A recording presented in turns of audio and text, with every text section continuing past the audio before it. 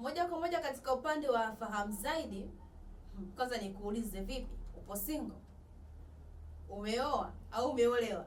Kwa sababu hii leo inawahusu watu ambao wameoa, wameolewa na waliokuwepo single. Utafiti unaonyesha kwamba watu waliopo kwenye ndoa huishi maisha marefu zaidi tofauti na watu walio single. Ndio maana nikauliza, ndugu yangu, upo kwenye ndoa? Umeoa? Umeolewa? Au upo single?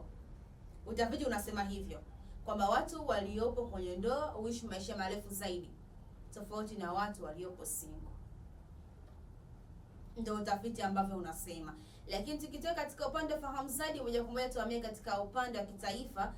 Leo ni tarehe 9 mwezi wa 3 mwaka huu 2026, lakini kwa siku ya jana ilikuwa ni tarehe 8 mwezi wa 3 mwaka 2026, na tunafahamu kila ifikapo tarehe 8 mwezi wa 3 ni siku ya maadhimisho ya wanawake duniani.